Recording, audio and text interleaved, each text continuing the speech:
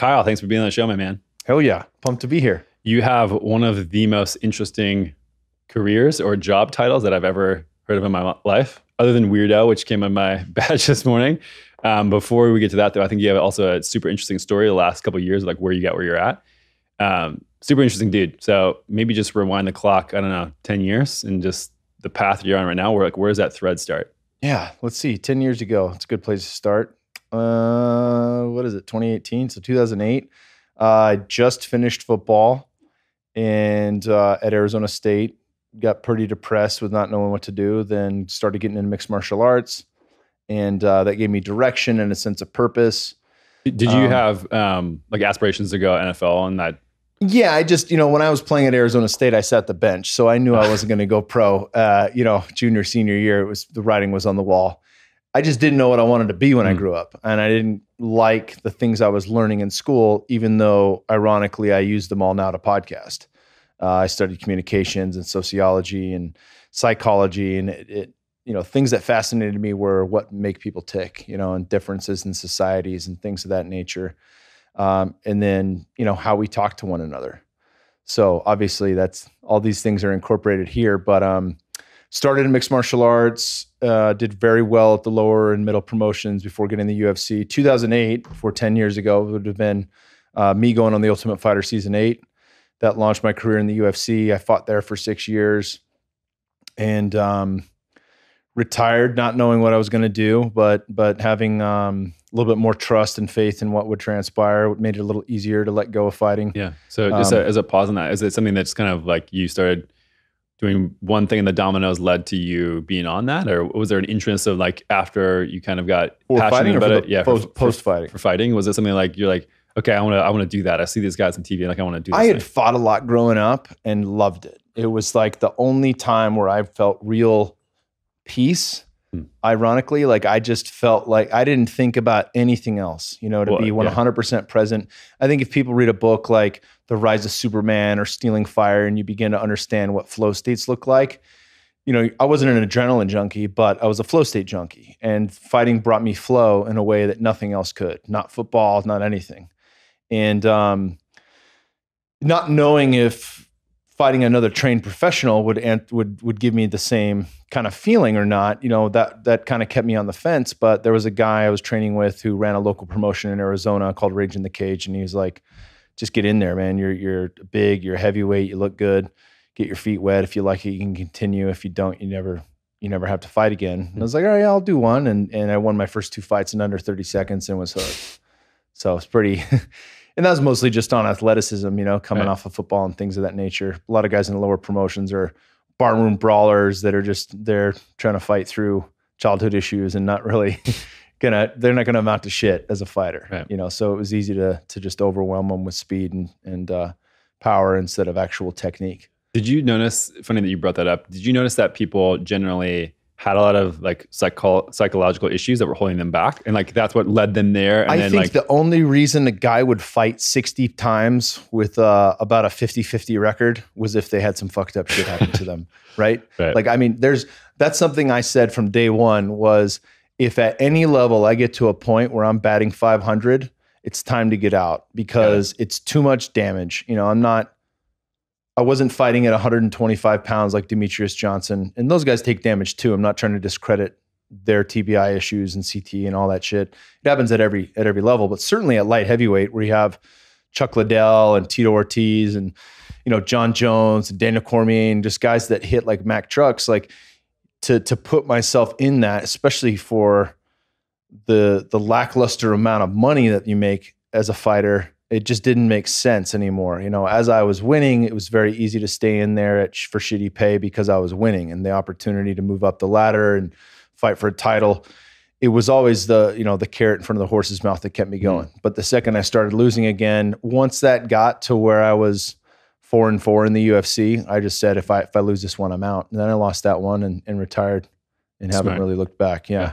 Did you notice that you had anything to work through while you like either prepping mentally for a fight or like during it that got all sorts of shit later on you figured out like, oh shit, that was like really holding me back at that point? Fighting taught me, we obviously you had you on the Human Optimization Hour podcast with me just a second ago, and we were talking about, you know, your background and what led you into health and wellness.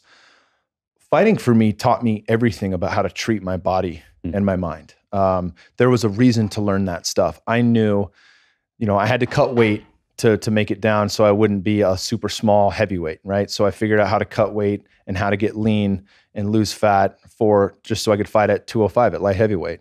And then from there, it was, how do I lower systemic inflammation? How do I recover faster? How do I work on my mobility?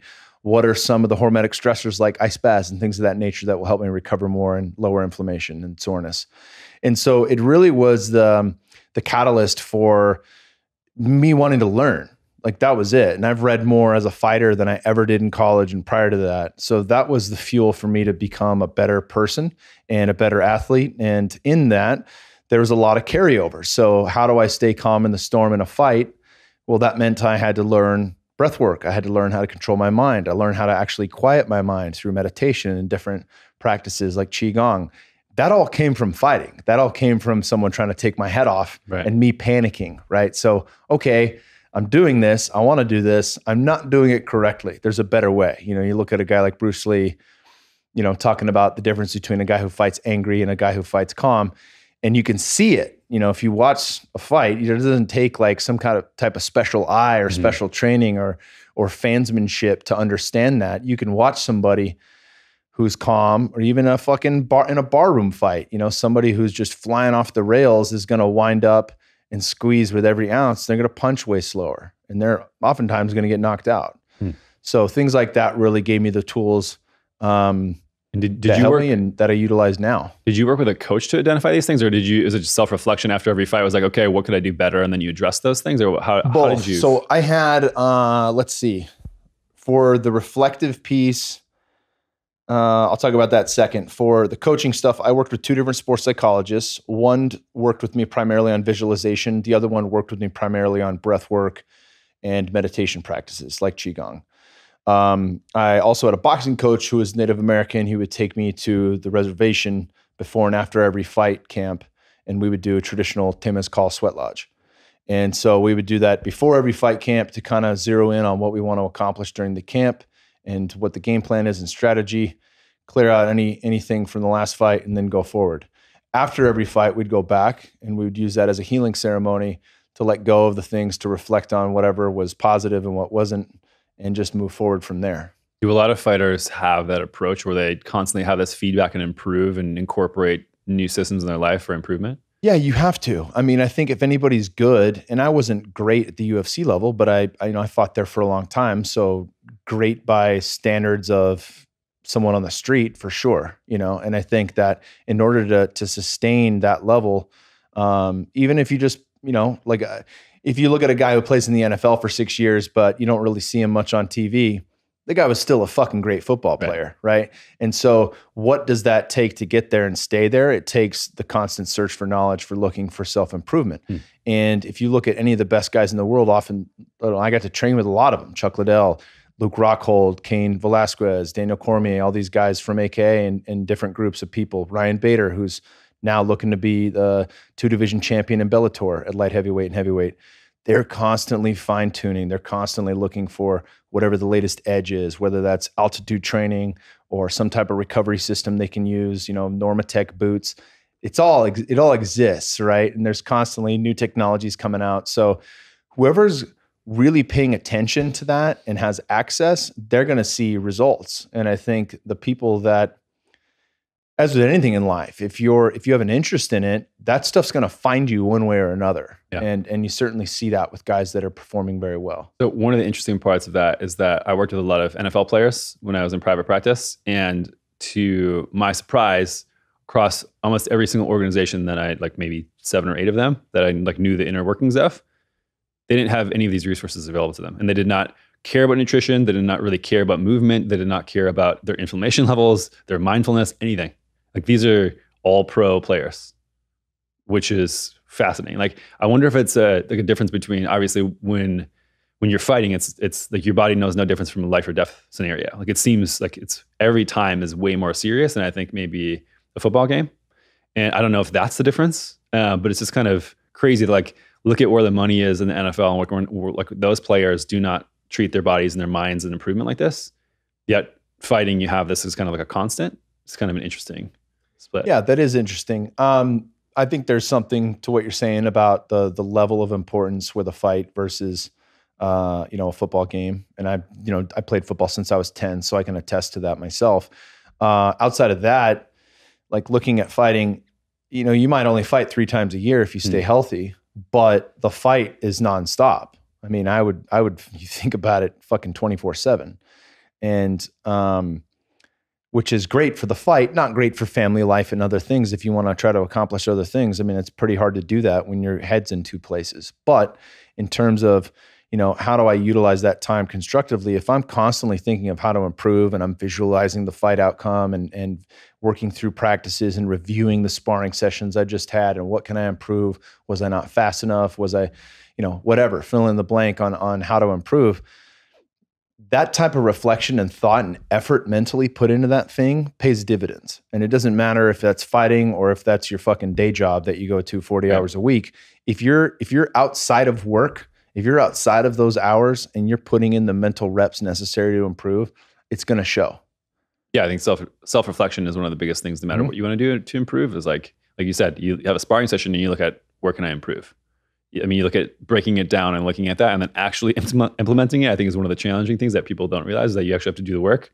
Yeah, that's the work, right? It's uncomfortable because then you have to realize that, you did stuff that you did not approve of, or that I think we're just so trained in growing up in school, like if you don't get an A, that's bad and you fail and you have to move on.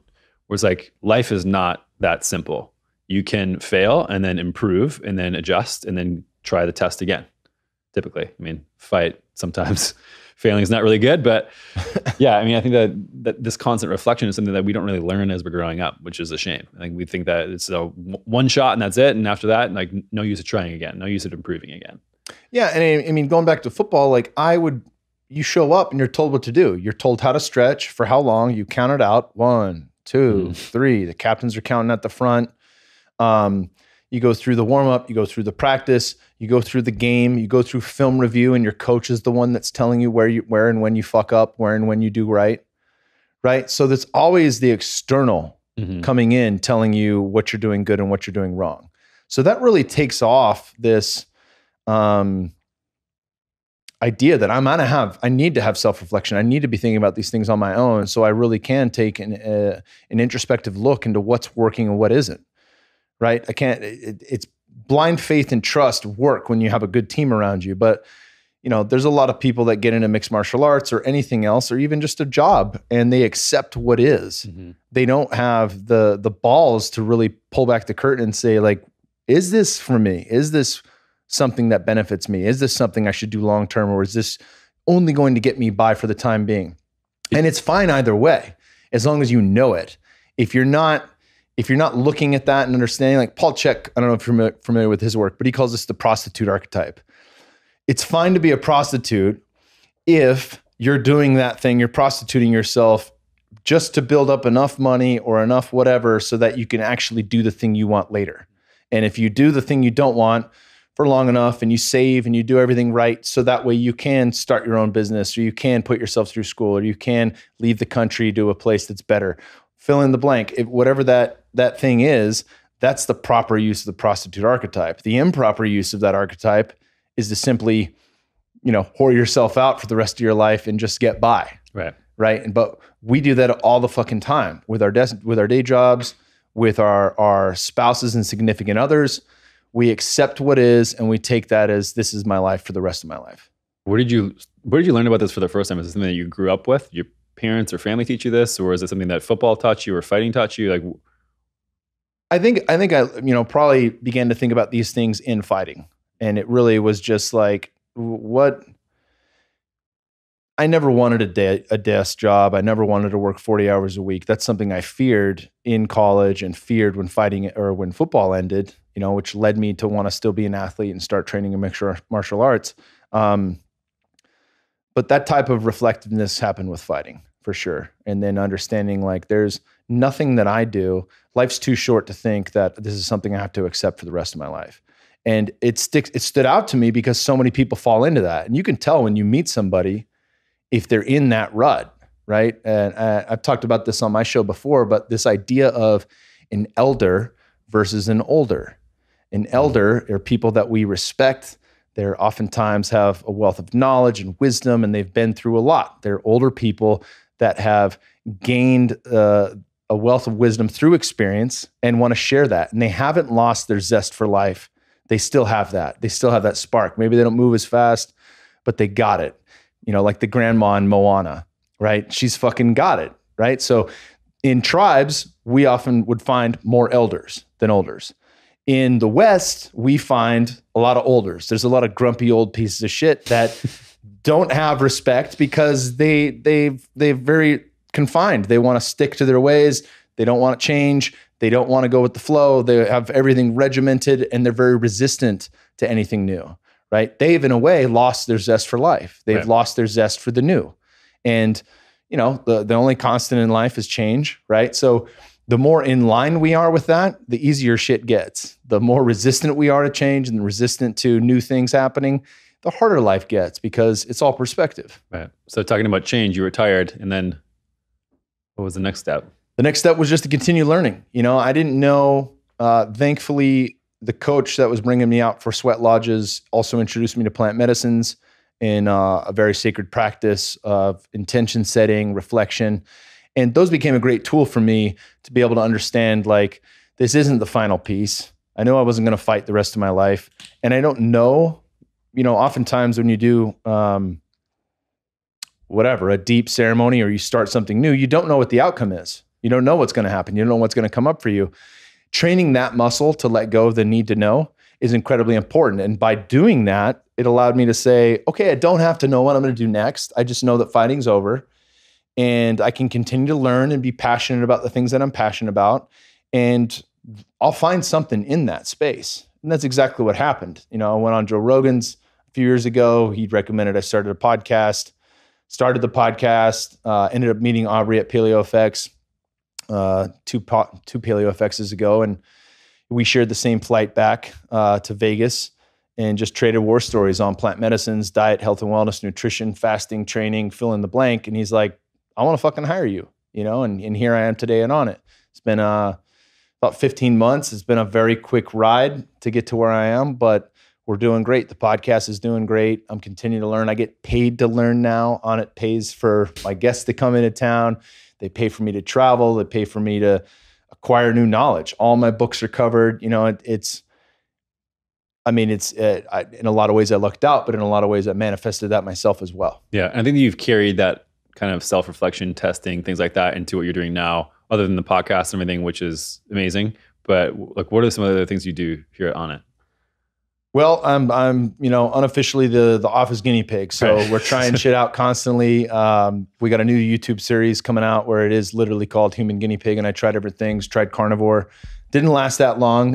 You know, based on your recommendation, I wanted to try it. And, but you know, full blood panels, DEXA scans, like let's really take a look at what this is doing. So it's not just, you know, subjective where I'm going to tell you how I feel and shit like that. That'll be included too. But that's just one aspect of a number of things that I'll be trying and doing that are really cool, but things that I think move the bar, you know? So like, sure, carnivore's controversial, but I do well on keto. So I'll probably do well on carnivore. Let's see, right? Let's find out and see.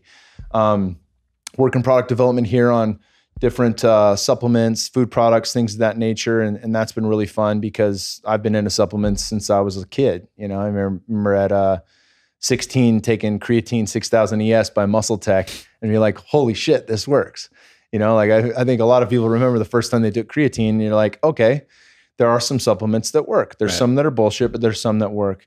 And it's easy for me to tickle the creativity bone because I have my hand in so many cookie jars, along with the podcast, which, as you know, podcasting is fucking awesome. You get to meet really inspiring, intelligent people and learn from them and then share that message with the world. So what are some of the biggest things that you've learned from the human guinea pig since you've been here? Like compounds or anything? Playing with shit has been fun. I've been playing with NAD treatments as a biohack. So injectable IV NAD has been it's been remarkable. You've been using NAD or NR, nicotinamide riboside? No, I mean actual NAD plus injections in the veins. NR is good for boosting it with polyphenols. Like there's products like Elysium and things like that. Right. They show better results with older populations, but I think for people who are young and in shape and healthy, fasting, sauna, things like that will boost NAD better than most supplements will. Yeah. But actual injections have been fucking incredible. Like it doesn't feel good. Yeah. But afterwards, I mean, the mental clarity and energy that I have, and I did it 8 days in a row to start the front load, and I was putting myself through the ringer. Like I'd be in the sauna every day for nearly an hour, working out as hard as I can, doing altitude training, hitting the ice baths twice a day, and I could not run myself down. Plus, having a 3-year-old, not sleeping, and never got sick, never got run down, never overtrained. I could not overtrain. So like there is some serious medicine with the NAD treatments, and that's been cool because it's something that's covered here for me to try and report back on. Yeah, it's one of these things that I think that is a lot of new information. And I think that products that we take supplementally, I have not seen any science to actually prove the mechanism. IV makes more sense, but still, I think the compounds are very, very different. And so I'm going to try it. It's one of these things where, like, just like you, it's no bullshit. Yeah. So if I hear about it and people are saying that it's good for you, I mean, look at the risk reward ratio. It's like, okay, risk is that you just feel awful for a couple hours. Reward is that, you know, you feel great for an extended period of time. And then beyond that, potentially that you have a much more reward of, you know, look at longevity. And I mean, I go in science about how NAD works, NAD plus, NADH, but like, I think a little overkill for right now. But yeah, I mean, there's a lot of proposed benefits to it that we see. So I'm going to try it out and see. Maybe I think you're going to dig it, man, for sure. You know, I mean, I certainly feel an energy boost, whether that's a direct effect on mitochondria or not, I don't know, but I know to some extent that it's working and it's continued to work. Outside of that, playing with compounds like theobromine, you know, like the active ingredient in cacao, and really finding like, what is the upper limit of that? You know, and there is an upper limit. What is the upper limit? I took a gram in here and almost passed out during a meeting. Aubrey was sitting in this chair looking across at me, and he was like, "You doing all right, man? You're kind of pale." And I was fucked. I went full body sweat, pale as a ghost. He had me lay on that couch right there. And I was like, I'll just listen in on the meeting and chime in if I need to, but I have to lay down here because I was going to turn inside out. And it was probably like 6 hours of that feeling. God. So it was not fun. You know, but that's really where I try to find my own dosage range, kind of like Sasha Shulgin did with psychedelics. And then, you know, I'll share, all right, here's where I see this upper limit of things, but why don't we play in this range, and we'll test out that among the inner circle here at On It with Dr. Vince Kripke, who's our PhD, and Aubrey and some other athletes. And then from there, all right, let's extend that group out and see, you know, who's experiencing what side effects, and then what products can we incorporate this into, you know, because it's a product that could do very well in a number of things we offer. Yeah. I mean, that's why I like you guys' mentality too. It's not just like, this is a marketable thing, so we're going to put it out there. Let's test this and see how it works. Yeah. So, I mean, I respect that. Obviously we do the same thing. What are the things that, from a nutritional standpoint, that you learned while fighting, as far as what, you know, decreases inflammation, what increases recovery times, stuff like that has carried over to today? Like, what have you ditched or well, I think the first thing that got me into diet as a means of health instead of diet as a means of weight loss was I did an elimination diet after reading How to Eat, Move, and Be Healthy by Paul Chek, and discovered I was gluten intolerant. And I had been eating fucking wheat products, 3 squares a day, plus snacks, my entire life for 26 years. And I had a strength coach who was like, you fought a lot. He's from New York. And I'm like, oh, if I fart a lot? Well, that's a weird thing to say to a guy. He's like, no, you do. And I'm like, it's probably just protein powder. He's like, I think it's an intolerance to something. So we did the elimination diet. I added back in dairy. You know, I had a little runny nose, but no gas. And then I added in bread, and I was fucked up. I couldn't breathe out of my nose, super gassy, a lot of stomach pain, bloating. And, you know, I didn't really go strict on that for a long time. I would use cheat meals that had gluten in it or drink beer and shit like that. But I would see it, you know, the awareness allowed me to see the difference and then feel it, right? You talked about on my podcast how you'd eat wheat and then you'd get acne a few days later, right? But it wasn't a direct correlation because it didn't happen immediately. Like I would swell up immediately and get gas immediately. So once I was able to connect those dots, it was very easy for me to see like, all right, I can make that decision to eat bad, or I can just fucking try something else if I want to eat like shit that's not going to be problematic for my body in the same way, right? And so having that understanding really just that kind of lit the fire in a way for me to continue searching. And once fighting ended, realizing that I had taken a substantial amount of brain damage over the course of my career and having played football since I was 10 prior to that,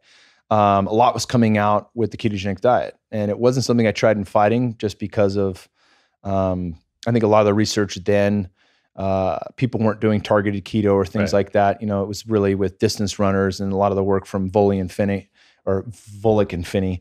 And, you know, those guys look wildly different than I do. You know, they're doing a completely different sport. So, but once fighting ended, I knew like, all right, let me give this a real go. Dr. Peter Attia had just gone on the Tim Ferriss show, and I got to hear him talk about it. Dr. Dominic D'Agostino had just been on the Tim Ferriss show, and I got to hear him talk about it. And so I thought, all right, let me get some books and give this a real try. And it felt like when I first got into ketosis that my brain was working for the first time in my life. And I was just like, fuck, I didn't expect that at all. I thought like, you know, I'll be able to lose weight. I'll feel good. It'll lower inflammation. Maybe I'll see, you know, some different things happen, cognitive function improve, but it was like, I could fucking retain everything. The books I was reading, I'd remember which chapter the information was in that I was talking about to my wife or someone else. You know, like shit was standing out to me in a way. I almost thought about going back to college, just for the fact that like I have never learned or retained what I've learned in the way that I am able to do now in keto. And so probably spent 2 solid years with, you know, a few carb days mixed in there, but for the most part in ketosis. And then what did that look like for you as far as like when you got started? Nutritionally, like what foods were you eating and like how? Well, you know, like Dominic D'Agostino says, I started off pretty heavy in the dairy, you know, like a lot of heavy cream. One of my favorite things to do was grab a pint of Strauss Creamery heavy cream and then mix in some English toffee stevia. And I'd shake that up and just sip it. And so like that was the first iteration of the fat bomb for me. And you know, I wasn't checking blood work, wasn't checking cholesterol, things like that. But I do better with a wide variety of fats, MUFAs, PUFAs, all that good shit, olive oil, avocado especially. So I think having a wider range of that rather than just dairy fat has really proved to be better for me long term. But yeah, certainly I was trying to get those numbers in that 80% range fat, which is really hard to do, you know, and I figured out very quickly protein was kind of the limiting factor. I could get away with more protein than most people because I was training hard and still, you know, powerlifting and being an athlete. But at the same time, that would kick me out of ketosis faster than anything else. If I had a big ass steak for dinner, I wasn't going to have ketones the next morning. Interesting. So question to follow up with that. Did you track your ketone levels on carnivore?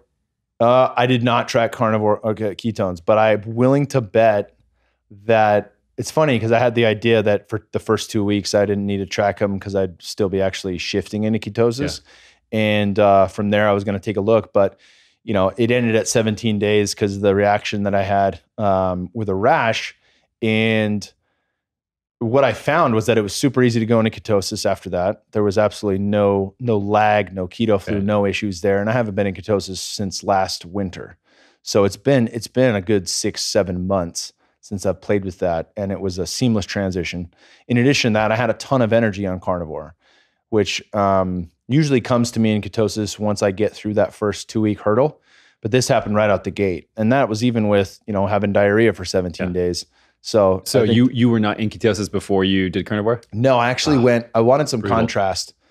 So I went not really standard American diet where I was eating absolute shit, but I certainly threw caution to the wind with carbohydrate intake and different things. And it's funny because I accomplished everything I set out to. My blood work looked like absolute shit before I started carnivore. What were you eating?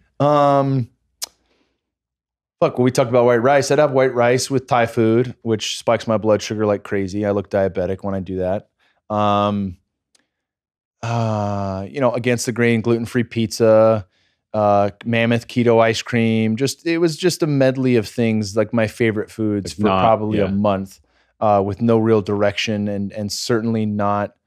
It was much heavier on the carbohydrates than I'm used to. And then I started peeping in your ear, Schweitzer. Yep. I'm sure Chris Bell was telling you to do some stuff. Like who finally pushed you over the edge? Well, I think it was talking with you and Schweitzer, because, you know, Chris, I love Chris. He's great and he's a good guy. But,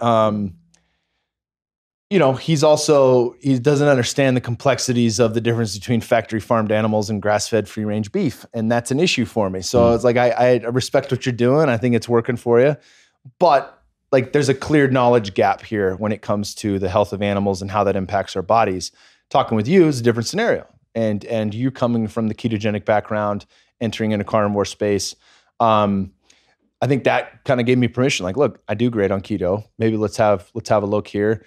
Marketing has been wanting me to shift gears and try new things, so it was like it just made sense to give it a go. So your experience, let's go over it. 17 days is all you made it. 17 days is all I made it. I don't know if I'd run that back in the future. What I will do, because I figured it could be something cool. Like maybe I do about 6 months of the year, I'll do carbohydrate backloading in the summer months and warmer months. 6 months of the year, I typically do keto. So I figured it would be nice to have that first, at least a month, 30-day period of carnivore to kick me off into that as just a means of like an extended fast. Right. You know, and you know, we talked about this on my podcast, but when Rogan had on Chris Kresser and Joel Kahn, the vegan, I thought Chris's analysis was one of the best that I've heard on carnivore, in that it is a form of fasting. And you are fasting from a number of things that can cause the gut issues. And then you can go ahead and return to eating things that would create short chain fatty acids and everything that most scientists would say is healthy. Yeah. It's like a microbiome reset plus kind of like a protein sparing modified fast, but you don't have to be hungry. You can do it for an extended period of time. And this is one of the reasons why I think people have so many benefits from it. I think a few different reasons, like we talked about before we started recording today too, like your hunger levels normalized to a point that I've never experienced in my life. I think for some people, that can be a really powerful reminder of like, oh shit, I do not need to be eating the amount of food I need to be eating right now. It's like, after I eat a half plate of steak, I'm good. I have no interest in eating anymore. And like when we have steak and rice and salad and carbohydrate, like and berries and chocolate afterwards, it's like you can go back and forth and eat as much food as you can stomach, like until you puke. But when you eat only one thing, and it's especially if it's high in protein and has some fat in it, like a ribeye or something like that, like you will know when you're full. And like you experience that, right? Yeah, yeah. I think Rob Wolf was talking about that in his book Wired to Eat, about food competitors. Yeah, the food competitors and man versus food, when he had to eat like 5 gallons of ice cream. So the texture of ice cream being soft and cold and sweet and creamy, and then what's the flip side of that? So he got like almost burnt French fries. Yeah. So they were extra crispy, extra salty, and when he ate the fries, he could go back to the ice cream, and he was able to finish all the fucking ice cream because he had that contrast of the hot, super crunchy, salty French fries. And you know, when we think about what we put on our plate, people want variety. They want, you know, like, let me get my starch, let me get my this, let me get my that. And it's all these things that we were told is healthy for us growing up.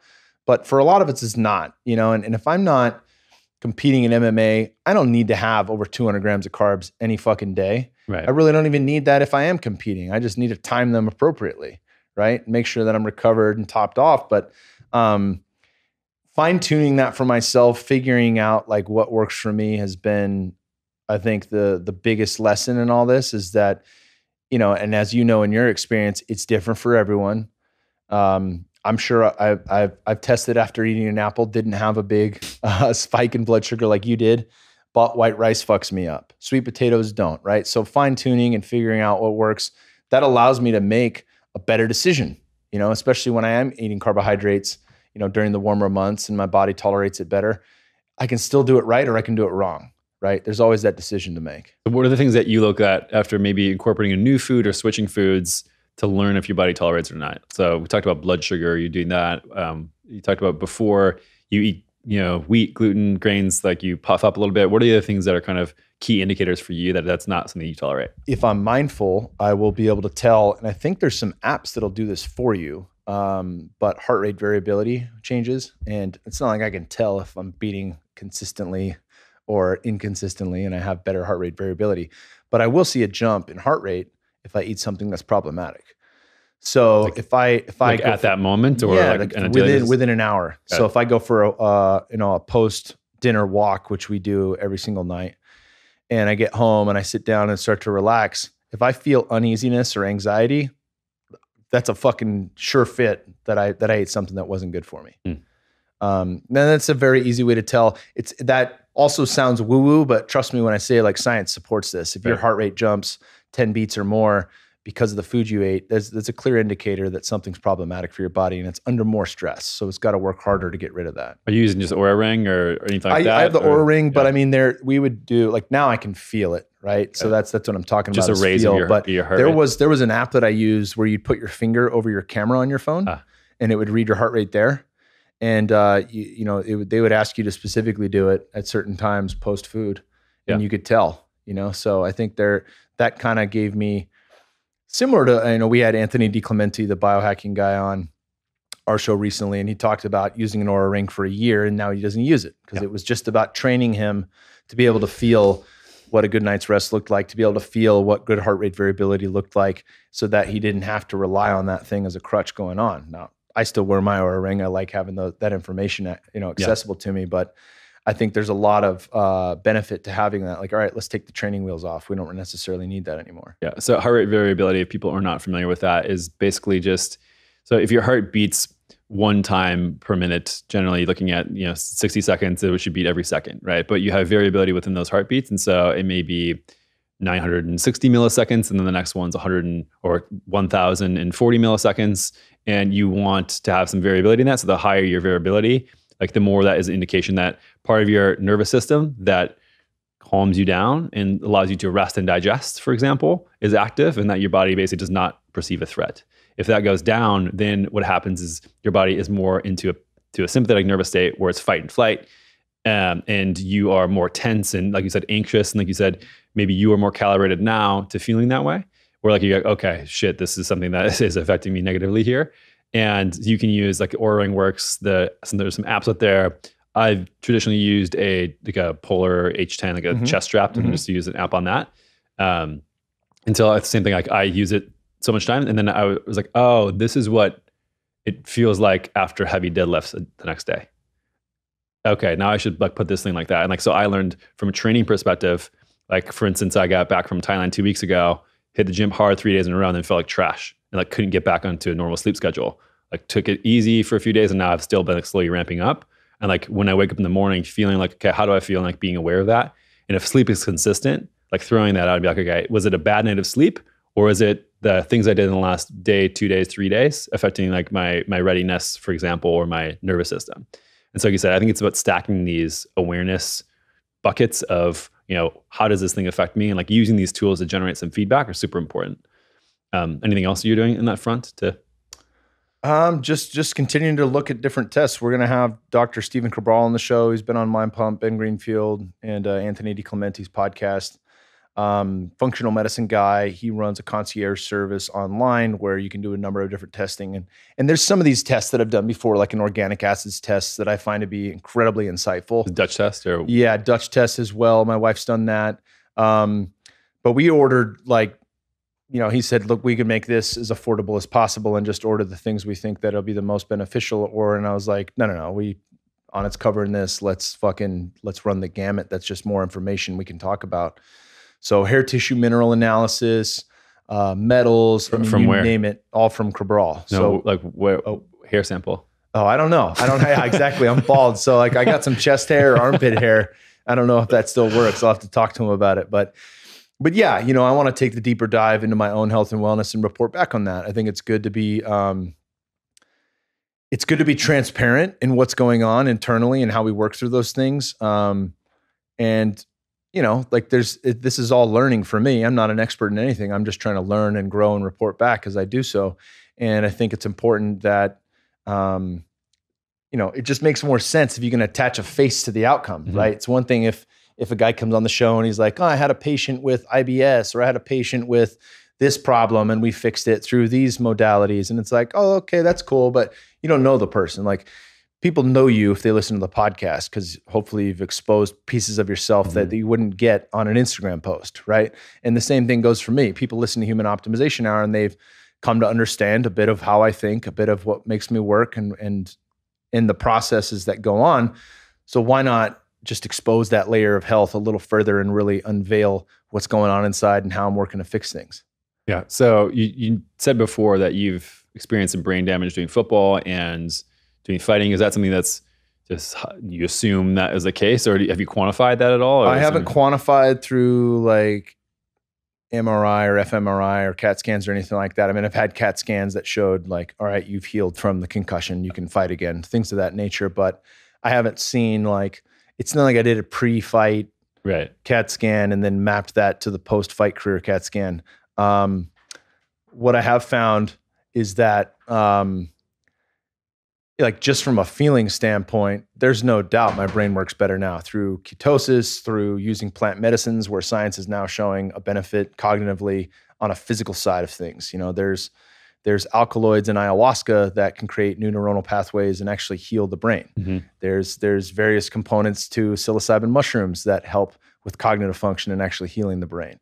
So I think the fact that I've gone down that rabbit hole in tandem with what I can do nutritionally and with fasting and in all the different hormetic stressors like hot and cold, I feel better and smarter now and just more capable now than I have in years. Yeah. You know, but I mean, is there a way I quantified the brain damage? No, but you know, Glover Teixeira taking my head off with hooks to the temple. If you assume that there's something there, right? I forgot how to get to the locker room in that fight. I left the cage and I didn't know where the fuck to go. So I made small talk with people in the audience. Like, if you're getting hit hard enough that you don't remember where you are, like I remembered I was in a fight. I remembered I was in the stadium, had no idea where to go. Yeah. Like that's a sufficient amount of getting whacked. So it's wintertime. You're rolling into another keto phase. What is it looking like now compared to when you first started? Well, it looks great. I am trying to get a bit more cruciferous veggies and greens in there. And it's not something where like I'll make, like people have this rule like, your meat should be the size of your hand and fucking 3/4 of your plate should be veggies. I'm not about that. I think there is, you know, as we discussed on the HOH podcast, there's room for variety in that, but also knowing like I don't have to eat cruciferous every fucking day. And sometimes it might mean, you know, that I'm a little less keto on that day because I've had goat milk kefir, you know, and I just want to enhance the microbiome there. Or certainly if I have really hard workouts, goat milk kefir, I think is fucking loaded with stuff that helps me recover faster from that. And if I can target that appropriately, I'll utilize the carbohydrates well and not see, you know, me getting kicked out of ketosis. Where do you get that from?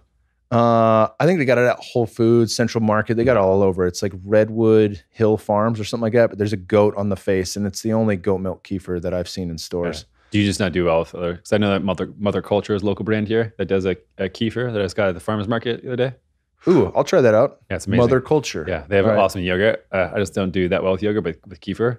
Yeah, kefir. I do infinitely better with kefir than any other form of dairy.